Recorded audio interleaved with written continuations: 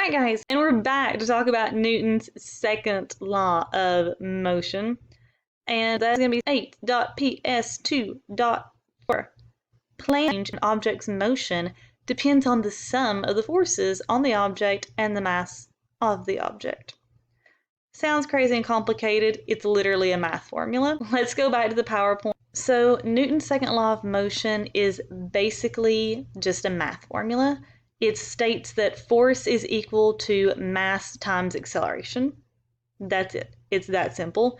You will see it as the formula F for force equals m for mass times a for acceleration. So F equals ma. Now just a little reminder on some vocabulary. A force is simply a push or a pull. That's it. Force is typically going to be measured in newtons.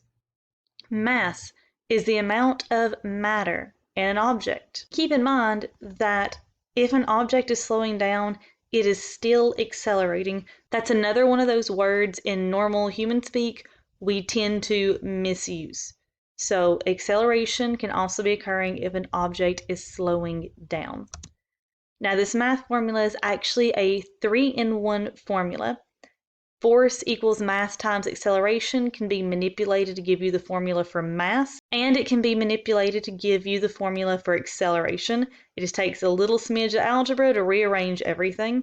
But if you can remember force equals mass times acceleration, you technically have all three formulas there memorized.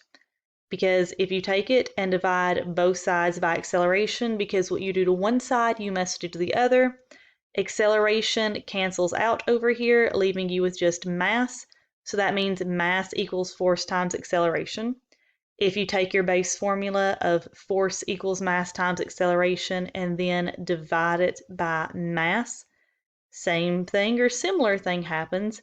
Mass ends up canceling out, and then you have acceleration equals force divided by mass. So you get three formulas for the price of one. In the past on TCAP, they've been really nice and given you the formula, but just in case they aren't like that in the future, you can find all three formulas with just the one.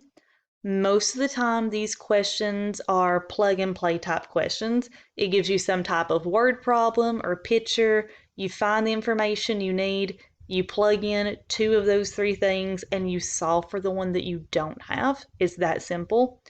There's a cheat way that you can always figure out what goes in which blank with this. And in this case, look at your units. For force, that is going to be typically in newtons. So anything that has a measurement unit of newtons, put it in where force goes. Mass. Mass is typically going to be grams or kilograms. So if you see grams or kilograms next to any number, plug that in where mass is. And acceleration, one of the most common ones you see is meters per second squared. So if you see some type of crazy unit like that, that's most likely going to be your acceleration. Plug it in there. It's going to give you 2 out of the 3 you need. Plug in the 2 it gives you, solve for the missing one. It's going to be that easy. Strangely enough, they didn't give you a single one of these questions on this practice TNReady test.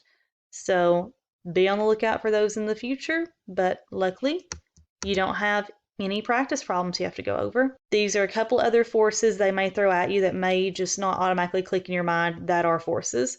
So air resistance, that is a force, and gravitational force is another one to look out for. And I was wrong in the other video. It's not 9.18, it's 9.8 meters per second squared. So my bad on that. I've got a little bit of quarantine brain, and even things slip my mind from time to time. I am far from perfect. So force depends on the object's mass with gravity and the distance between them. But that's another video for another day. Hope you guys enjoyed this one. I'm glad it's a lot shorter than the other one, so hopefully you'll watch it. And I'll see you in the next one. Bye.